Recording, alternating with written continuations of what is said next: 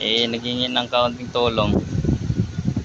Siguro nakita yung post ko sa wallet na naghahanap ako, at saka siguro kailangan niya.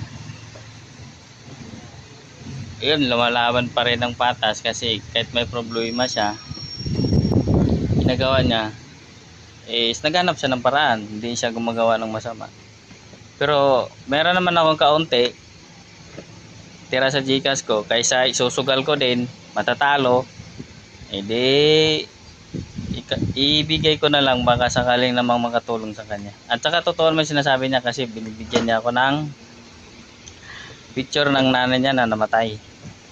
Kasi ang sabi niya, kahit kaunti lang daw pamasahe para sa 40 days at masikaso.